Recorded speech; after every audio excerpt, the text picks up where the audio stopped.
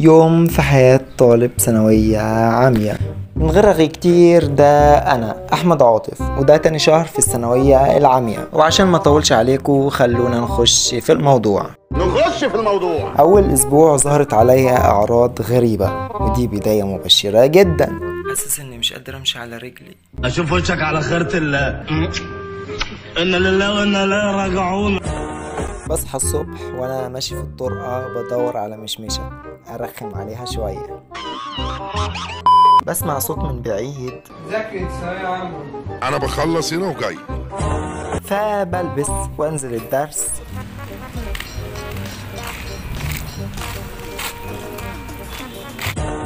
برجع بيتنا، بخش الأوضة، برمي الشنطة، بطلع العدة وببدأ أذاكر. ما بعملش حاجة مستحيلة ولا صعبة ولا أي حاجة، عادي يعني. السؤال هنا، ايه اللي مخلي ثانوية عامة ثانوية عامية؟ هل عشان الدروس وبهدلتها؟ هل عشان هي شهادة؟ هل عشان ضغط المجتمع؟ تعالي بقى عشان اسكت كده.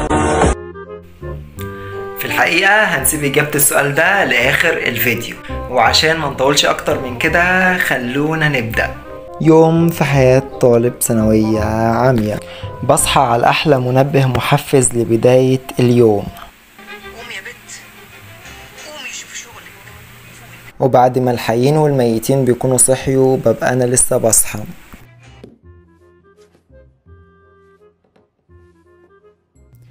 وأهم حاجة جملة إيجابية تخليني أبدأ يومي بكل نشاط.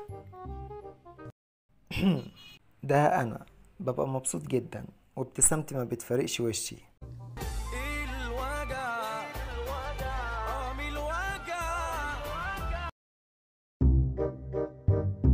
نروح بقى نعمل السكين كير بتاعنا. بس الصراحة كده الصابونة ما أثرتش معانا، بنفضل ندعك ندعك ندعك كأنها سجادة كده، كأنك بتنضف السجادة. افضل ادعك على قد ما تقدر.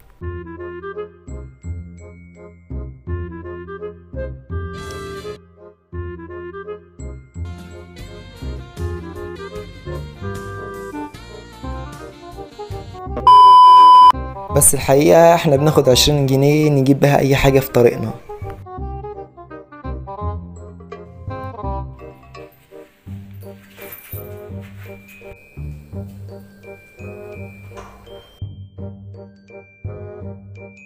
نيجي بعد كده لأهم خطوة بصراحة، وهي خطوة ترتيب المكتب. أنا أجي بقى عشان أبدأ أذاكر، هخش الأوضة هلاقي الأوضة متكركبة والمكتب بص متبهدل والأقلام مترمية. هاجي عشان أذاكر مش هعرف أذاكر، حتى لو أنت عرفت تذاكر مش هتعرف، مش هتبقى مركز أوي في المذاكرة.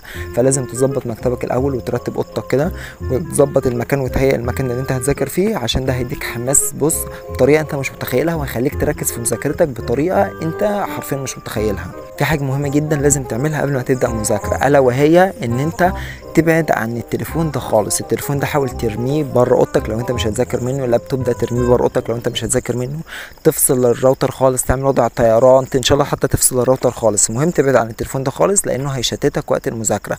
اي نوتيفيكيشن يجي او اي شعار يجي وانت بتذاكر هتلاقي نفسك بتسيب المذاكره وبتركز في التليفون.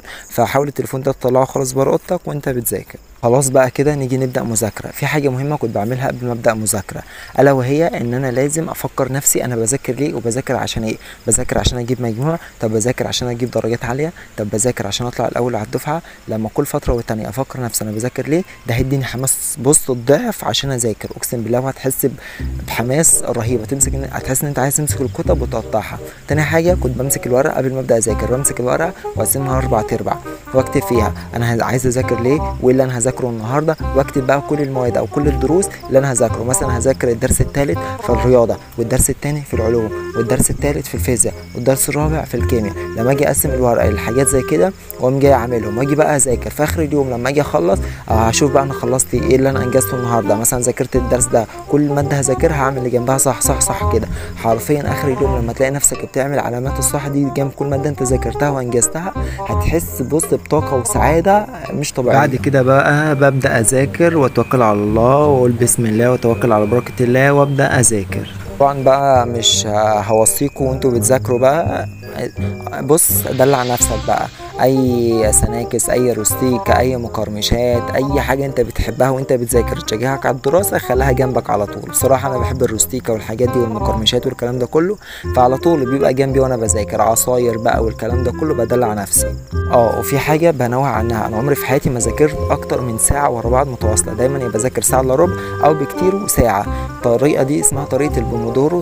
طريقه البومودورو دي عباره عن ان انت بتذاكر ساعه الا ربع، بتذاكر ساعه الا ربع مذاكره في اي ماده، وبعد كده بتاخد ربع ساعه راحه، وبعد كده بترجع تذاكر تاني ساعه الا ربع، وبعد كده بتاخد ربع ساعه راحه. طبعا مش هوصيكم ربع ساعه اللي انتوا بتاخدوها راحه دي تعملوا فيها اي حاجه انتوا بتحبوها، مثلا تقعدوا مع اهلكم شويه لان الناس دي برضو لاحق علينا، او مثلا تلعب رياضه او اي حاجه. المهم اي حاجه تتعمل في ربع ساعه بس، ما تاخدش وقت اكتر من ربع ساعه. دي كده بقى بروح مثلا لو ارجع تاني، لو ورايا مذاكره او ورايا حاجتين لسه ما خلصتهمش او ورايا 3 حاجات لسه ما خلصتهمش، بروح اذاكرهم، وبعد بقى ما اروح اذاكرهم واخلصهم واعمل على كل المواد اللي انا ذاكرتها علامه صح، اقوم بعد كده بقى طالع على الجيم. بصراحه دي الفقره المقربه بالنسبه لي، فقره الجيم دي عندي بقى. بص بطلع بقى كل الطاقه اللي فيا وكل الكبت وكل الحزن واي حاجه حرفيا.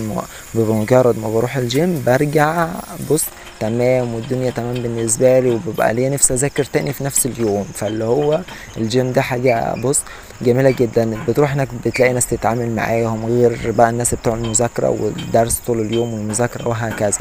فبصراحه وفي نفس الوقت هو حاجه مفيده بالنسبه لها. والمقولة اللي الناس كلها بتقولها العقل السليم في الجسم السليم، بنشط الدماغ وبيديك حماس للمذاكرة وبتطلع الطاقة السلبية اللي فيك وبيديك بوزيتيف انرجي رهيبة جدا في الكومنتات. وحاجة مهمة جدا عايز انوه عنها، النوعية دي من الفيديوهات انا بتعب فيها جدا جدا جدا جدا فوق ما انت متخيلها، وتصويرها ممكن ياخد مني 2 أو 3 والسكريبت اللي انا بكتبه ممكن ياخد مني 3 ايام او 4 ايام. فحرفيا الفيديوهات دي بتعب جدا فيها، فاتمنى التقدير عليها، واتمنى تعملوا لايك للفيديو عشان ينتشر لاكبر عدد من الطلاب، عشان اتحمس اعمل لكم فيديوهات اكتر. بس كده اشوفكم على خير في الفيديوهات الجايه، سلام.